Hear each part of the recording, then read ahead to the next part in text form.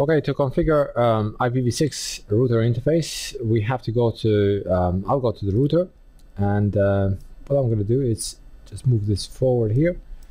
First thing we need to do is enable IPv6 unicast routing. So IPv6 unicast routing. Okay, now the IPv6 unicast routing is enabled. I have to go to interface, so FA00, then say IPv6 address 2001 DB8 CAFE :1, that's my network ID, and then :1 is my unicast host address. /64. Okay, don't have to do no shutdown here because it's already done, so I can do no shutdown, but I already did it for IPv4. If I want to enable IPv6 linked local address, I need to type IPv6 address. Linked local address is started with FE80 :1, for example, space link local. Okay, now description.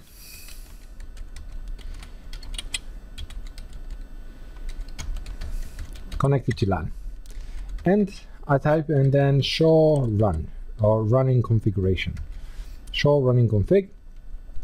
I can see my IPv4 address here for interface FA00, and I can see the IPv6 address for the same interface. To find what interface is up and what's the status of layer 1 and layer 2, show IPv6 interface brief. Okay, as you can see, the interface FA00 has got a linked local address and a global unicast address. To see what is in the routing table, show IPv6 route. Now I can see we have one directly connected network, which is this network, 2001 DB8 CAFE :1. That's our network, and that's a local address. Same for the linked local address. To configure a loopback interface. Now, loopback interfaces is a logical interface. It's internal to the router. It is not assigned to physical port. It is considered a software interface that is automatically in up state. A loopback interface is useful for testing. It is important in the OSPF routing process. Now, loopback interface, reason we configure a loopback interface is it's for us to represent a network if we do testing, for example, especially on the lab. So we don't actually have a network there, connected PC or anything. We just create a virtual interface on the router and a loopback interface, and that will represent like a proper network. So for example, a loopback interface is a virtual interface, so loopback 0. To configure it, we just create interface loopback 0, and that will go up automatically before you even give an IP address. So you don't have to do a no shutdown in loopback interface. So IP address 10.1.1.1, 255.255.255.0. So I'm going to do the virtual interface or loopback interface on our router. So configure terminal interface loopback. That is to create a virtual interface. If I do a question mark here, you can see that there's quite a lot of virtual interfaces that we can create, from 0 to I think it's 2 billion interfaces. Okay, so we can create interface 0, enter. As soon as we create that interface, the interface is going to go change state to up and give an IP address. So IP address 10.1.1.1 and subnet mask /0. So I don't have to do no shutdown here. Okay, end and show IP interface brief.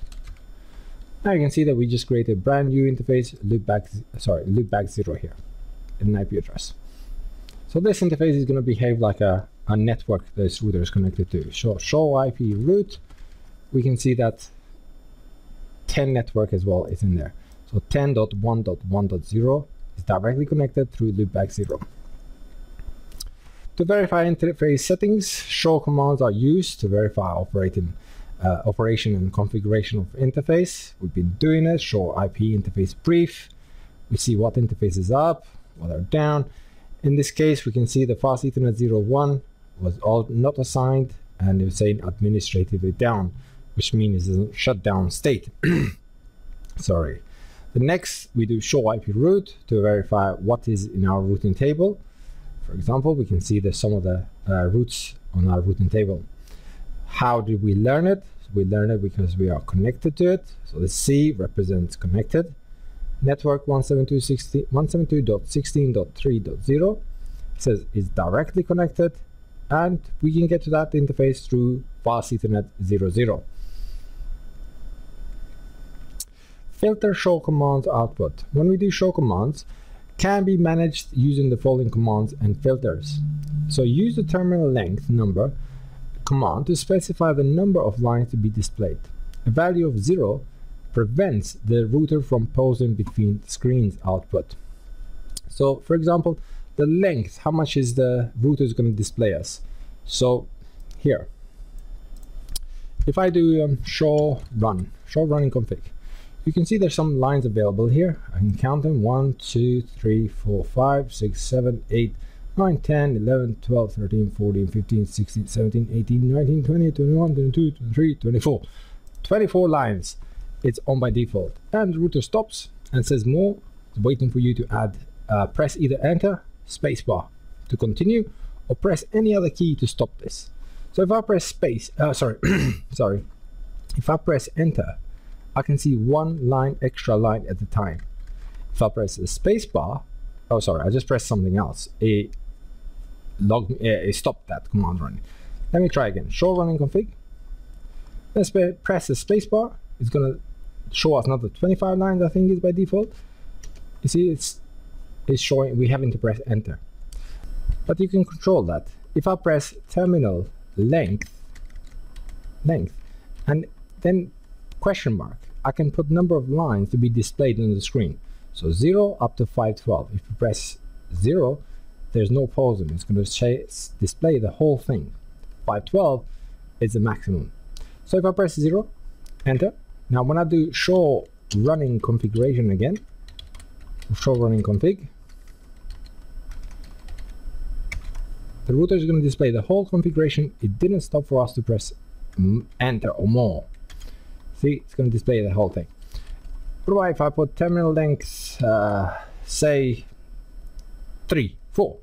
There we go. Show running config. It's going to display 4 lines. I have to press enter. Again, another 4 lines, and so on. Okay. So you can control how many lines, terminal length, and then the size. Put 25. Okay. The next to configure is the filter specific output of commands to use. We have to use something called pipe characters after show command. The parameters you can use is section, include, exclude, beginning, and so on. The command says show run, then put a pipe and a question mark. So for example, I'm going to go to my router and say show run. I hit the pipe. Now on screen keyboard. Okay, the pipe is shift this. This is the pipe here. Okay, so next to the Z, just to the left of the Z, but you have to press shift key and then press the pipe. Okay, get rid of that. Okay, show run pipe and then the question mark. You can see we have some option. Append, what we're interested with: beginning, exclude, include, and section. For example, begin with line, from line. So you can see that I did show run and begin line. So instead of just showing me everything, it's starting with the line. Okay. The command history feature temporarily stores a list of executed commands for access. So to recall commands, you can press Ctrl P or up arrow. Now we are used to easier up arrow or down arrow. We mainly use up arrow. By default, command history is enabled and the system captures at least the last 10 commands in the buffer. Use the show history privilege exec mode to display the buffer contents. So show history will display every command that we type, last 10 commands, for example. You can control how much is stored in history by using the command terminal history and then size. So terminal history 5, we'll keep them in the history 5 commands. Terminal history 0, we'll keep nothing on the history. Now, how the router sends a packet. Again, we can send a packet from PC on the left to PC on the right. Here I'm going to use a layer 2 addresses as well, MAC address. For example, I'm going to abbreviate that to AA only. The MAC address is 48-bit and it's representing hexadecimal, so it's not just AA. So if I go to one of the virtual machines here, so let me use this virtual machine, Windows 7, and if I open the command prompt, go CMD here again, and in the command prompt I do ipconfig/all. So I'm going to see all information of the IP configuration. So when I do ipconfig, I can see the MAC address. That's called a physical address. You see, it's MAC address represented a 48-bit representing hexadecimal values. So here, like for example, 00, 0C, 29, AA, F3FF. Now 00, 0C, 29 is organizational unique identifier. So it's one organization who created this MAC address. So now I'm just abbreviating that with only AA. The router interface FA00 has MAC address A1, for example. FA01 has address B1, and the PC on the right has MAC address of BB. Now the configuration, the communication is going to happen between PC on the left to PC on the right here. Okay, now PC on the left is going to create a packet ready. It's going to have a layer 2 destination, layer 2 source, layer 3 source, and layer 3 destination. So layer 3 source is going to be itself 172.16.3.10. Layer 3 destination is going to be the PCs on the right, so .20, 192.168.1.20. Layer 2 source is going to be MAC address of itself, AA. Layer 2 destination, what do you think? Is it going to be A1, B1, or BB? Layer 2 information is going to be the local router's MAC address, so A1. Okay, the packet is ready. It's going to go to the router on its way to this PC on the right. Okay, the packet is ready. It's traveling from PC on the left to the gateway, which is R1. Now R1 takes that packet and it opens it. First thing it's going to do is going to try and map this layer 3 destination. With this, it's going to check the routing table. So it's going to check the first line. No, there's no match on the first line. Check the second line, and there's a match. It's trying to go to 192.168.1.0 because it's 4/24. So the next thing it's going to do when there's a match is going to try and find out the exit interface, which is fast Ethernet 01. Since it found out, found out the exit interface, it's going to change the source. Layer 2 source is going to put itself B1, and layer 2 destination is going to change it to BB. You can see the layer 3 source and layer 3 destination stayed the same. From the source to the destination never gets changed. Layer 2 destination and layer 2 source gets changed from hop to hop. And the packet is going to travel now from the router and on the way to the PC or destination. Best path. Best path is selected by a routing protocol based on the value or metric it uses to determine the distance to reach the network. So a metric is the value used to measure the distance to the given network. So how far it is, how quickly I can get there. Best path to a network is a path with the lowest metric. So lower is better. Dynamic routing protocol use their own rules and metrics to build the update routing tables. So for example, routing information protocol or RIP will use it as a metric, will use a hop count. So for example, if we're using RIP, R1 here, it's got connection with 2 neighbors, R2 and R3. Connection with R1 to R3 is 64 kilobits per second. Modem speed, very slow. Connection with R2 is T1 or 1.54 Mbps. So it's faster. R2 to R3 connection, again, same speed, T1 or 1.544 Mbps. And R3 has a destination that we want to get to from R1, 10110. So we want to send the packet from R1 to this destination. But as you can see, router 1 has two paths. It can go this way, it can go this way. Now if you go this way, it's a lot slower than going this way. But REP uses a hop count. So as the packet travels from R1 to R3, it's one hop. When the packet traveling from R1 to R3 using R2 as a router, well, it's one hop to R2 and then another hop to R3. So it's two hops. So now REP has to make a choice. Which way do I go?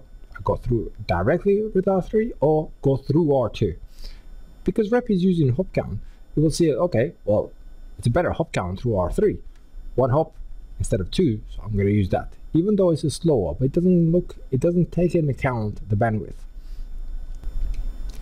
On the other hand, Open Shortest Path First, OSPF protocol, we use the total bandwidth from the source to the destination to compare them. So, because this has a better bandwidth, this link through R2, OSPF will use through R2, it wouldn't go through R3. The next one is Enhanced Interior Gateway Routing Protocol, or EIGRP protocol, will use combination of bandwidth and delay, and it can use load and reliability, but by default only bandwidth and delay. Load balancing: when a router has two or more paths to destination with equal cost metric, then the router forwards the packet using both paths equally. Equal cost load balancing can improve network performance. Equal cost load balancing can be configured to use both dynamic routing protocols and static routing protocols. RIP, OSPF, and the EIGRP support equal cost load balancing. Now we have a very similar network to what we had earlier. R1 to R3, the bandwidth has been changed to 1.544 Mbps to make it equal with R1 to R2. Destination is between R2 and R3. So now, because R1 can get to the destination through R3 or R2 equally, it will just load balance between both. So it will send the packets to both networks. Oh, sorry, to both routers. EIGRP will support unequal cost load balancing as well. So I put the bandwidth exactly the way it was before, 64 kilobits per second. Now R1 has connection to R2, which is faster, and connection to R3, which is slower. But our EIGRP can do unequal load balancing. So R1 will send enough packets through R2, like for example 10 packets are through R2, while sending only one packet with to R3. So that will show you that it does unequal cost load balancing. Administrative distance: if multiple paths to destination are configured on a router, the path installed in the routing table is the one with the lowest administrative distance. Administrative distance is the believability of the routing protocol. For example, a static route with administrative distance of 1, so lower, better, is more reliable and more believable than EIGRP discovered route with administrative distance of 90. A directly connected route with AD of 0 is more reliable than a static route with AD of 1. Some administrative distance that we need to know are, for example, connected has administrative distance of 0, static has AD of 1, EIGRP has AD of 90, OSPF 110, and RIP 120. So if you have to choose between OSPF and RIP, OSPF will win because it has a lower administrative distance. Routing table sources: the show IP route command is used to display the content of routing table. You have a local route interface added to the routing table when interfaces is configured. It's displayed on iOS 15 or newer. On the old iOS, we don't see this local route interface. Then we have a directly connected interfaces added to the routing table when an interface is configured and active. We can learn them through a static, or we can configure them, the networks, through static routes, added when the route is manually configured and the exit interface is active. Then we have a dynamic routing protocol, added when EIGRP or OSPF are implemented and networks are identified. For example, we do show IP route, and we can see our routing table, what's on our routing table. So we can see here on our routing table at the moment, it's only directly connected networks. So here are the codes: local, then we have a connected, S for static, R for RIP. That's what we have to, on CCNA, we have to worry about these. 4 here, OSPF, EIGRP, external EIGRP, and asterisk here for candidate default network or default route. Now in here we don't have any other any other routes, just a local connected routes. For example, let's pick on this routing network or routing entry. Here we have how we learn it. We learn it because we are directly connected. Network in question 172.16.13.0/24, and it says it directly connected through serial 1/1. If we run again show IP route OSPF, and on this router we have some OSPF routes, now we can see with OSPF, first it's telling us the code. What code? Where did we learn it from? Well, we learn it with O. O stands for OSPF. The route in question is 172.16.23.0/24. We can see here the administrative distance, which says 110, and in the forward we can see /, but then we can see the metric 64. Again, when we learn the OSPF, we'll see how it came up to this metric. So OSPF doesn't use hop count, it uses bandwidth. And via the neighbor's IP address 172.16.13.3, or how we learned it, this route, how many minutes and seconds he learned this route, and what is the exit interface. So in this case, the serial is 1/1. Okay, on this demonstration, I will show you how to router builds a routing table of directly connected networks, explain how router builds a routing table using dynamic routing protocols, and explain how router builds a routing table using static routes. Okay, so what I've done is put it on the paint here. What we need to do do the whole configuration. On router 1 we did the left side configuration. Now we got a router 2 here and some configuration on router 2. So I opened my secure CRT, and I've got connection to both routers, router 1 and router 2. Router 2 is brand new router, just nothing, no configuration there whatsoever. Okay, so if I go to router 1, I see I've got some configuration there. So show IP interface brief. You can see that I have some configuration already. What I need to do is remove this configuration I have here. So I'll remove that interface. So I'll configure T interface FA01, shut down first, and no IP address, and show IP interface brief, show IP interface brief. Okay, spell brief, there, it's gone. Another good command. So if you want to like put all the configuration to default without doing line by line, no IP address, shut down, and so on, you can use a default command. Default interface FA01. What that's going to do is going to make a default configuration of that interface. It's going to remove IP address, it's going to shut down the interface, or any configuration given to that interface. Okay.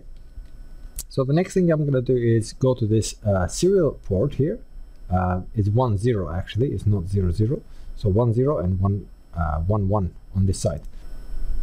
So go to that interface 00, so interface serial 10. Maybe I should change it a number there. So let me just, if I could, just get rid of that 0 here, 0 there. Copy this one. And I don't know if it worked. Hey, that's good. One more time. There we go. That's a port. 10 and 11. There we go. So interface 10, given IP address. So IP address 10.1.1.1. And again, I see one problem here. IPv4 needs a unique IP address. So we created that loopback earlier just to, for example, to show that we can create loopbacks. So I need to remove that. So interface loopback 0, no IP address. IP address, shut that interface down. Okay, and exit. Access the interface. So interface serial 10, IP address 10.1.1.1, and slash 30, so 252 in the end. Yeah.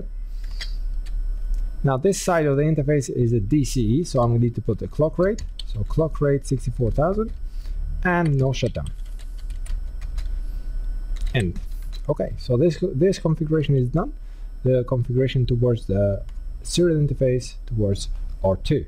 So we did FA00 and serial 10. So if I verify that, show IP interface brief.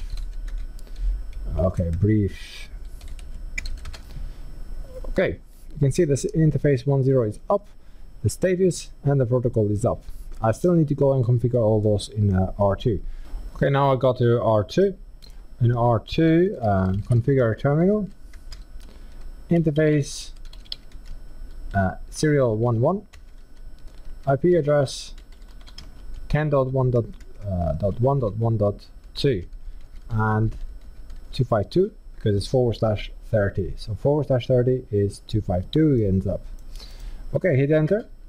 Now if I go back to router 1, see the interface has gone down because the other side is not configured yet. So show IP interface brief. You can see the serial interface is actually down. Layer 1 is up, but layer 2 is down because the other side is not configured. So when I configure R2, it will go up. So I did configure the IP address, so I just do not shut down. Okay, again, shut down. Right, and now this interface for R2 and R1, it should be going up. Got confirmation of that. Show IP interface brief. I can see it there. The blue is probably up on the R1 as well. Okay, so serial 11 with this IP address, layer 1 status is up, layer 2 status is up as well. I check in R1 and it says that the interface serial 10 change state to up. To verify that, I can see that now the interface is up. Okay, go to router 2 again. Now I'm going to access this interface connecting to the other network. So interface, first go to global configuration mode, configure terminal, interface FA01, IP address is 192.168.1.2 in the end, 255.255.0 in the end, because it's /24. No shutdown. Okay, and show IP interface brief. Now you can see I have fast Ethernet 01 interface up in the states, 192.168.1.2. This network with this IP address, and serial 11, it's up state 10.1.1.2, which is this network between those two with this IP address. So now what I'm going to do is check whether these two routers can ping each other. So I'm going to ping from this interface, I'm going to ping the router on this interface. So from R2's serial interface to R1 serial interface. So ping 10.1.1.1. And you can see that we have 100% success rate. Okay, so now what I'm going to do is go to the PCs and first ping from this PC to the gateway, and then from this PC to its gateway. Okay, so I'm in the PC 1. So on the PC on the left, yeah, this PC here. So PC number 1, I open the command prompt. So cmd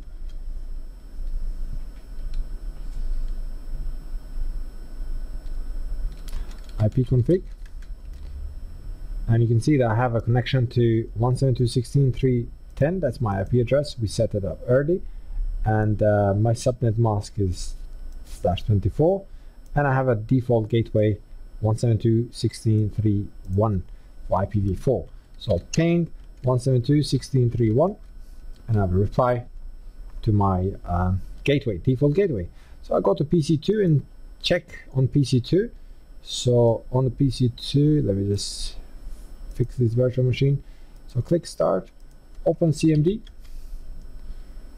ipconfig,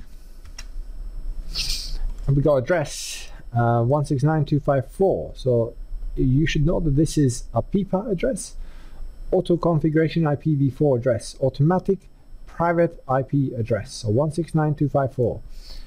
By default, all the interfaces on the devices are configured to get an IP address dynamically. So we're going to go to the control panel and change it. Network and internet, give it a static address. So network and sharing center, change adapter settings, find out the adapter, right click and select properties. Now I'm going to select IPv4 and select properties of that. You see, it's configured to get an IP address automatically. Now I'm going to use a static, use the following IP address. The IP address of this PC was 192.168.1.10. Is it .10? Let me just go and double check it. Sorry, not .20 here. Okay, so .20. 20.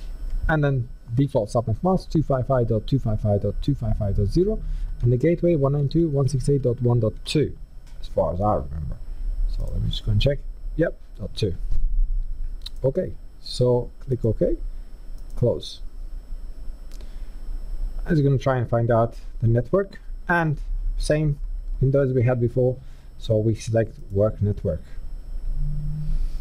Okay, now I can try and ping my default gateway. So ping 192.168.1.2, and you can see that I have a reply. I can ping my default gateway.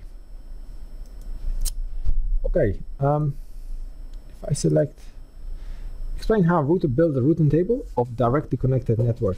We already saw this before. So if I go to a router 2, for example, I'll do show IP route. We can see that router 2 has two routes. They are directly connected. 10.1.1.0 directly connected with 0.1.1, and 192.168.1.0 is directly connected with FA.0.1. The other thing was explain how router builds a routing table using a dynamic routing protocol. First, okay, well, to do a dynamic routing protocol, we need to enable some routing. For example, RIP. Let's enable RIP. So I have to go to global config mode, router RIP version 2, and the network I'm going to advertise. So 192.168.1.0, and no auto summary. And now we know RIP, you're going to learn it a little bit later on the chapter 6, I think. But for now, let's just configure the RIP so we can see the routing protocol with the RIP. Show IP route. At the moment, there's nothing on. So I need to configure RIP on R1 as well. So config T, router RIP, version 2, network 172.16.3.0, no auto summary, and the network that's connecting router 1 and router 2 together. So network 10.0.0.0, I can do it. Okay, go to router 2 as well, do the same, config T, router RIP, network 10.0.0.0. RIP is very slow routing protocol, but let's just give it a see if it's done. This thing, show IP route. Right, that was quick. We got a RIP learned route, so we can see R represent RIP, and we have learned, we are in R2, yeah, so we are here. We have learned about this network. We have learned 172.16.3.0. Administrative distance of RIP is 120. We have one hop, so there's only one hop. So from R2, one hop to R1 via the neighbor's address 10.1.1.1, and we learned it about 10 seconds ago, and we use serial 11 to get to that network. Excellent.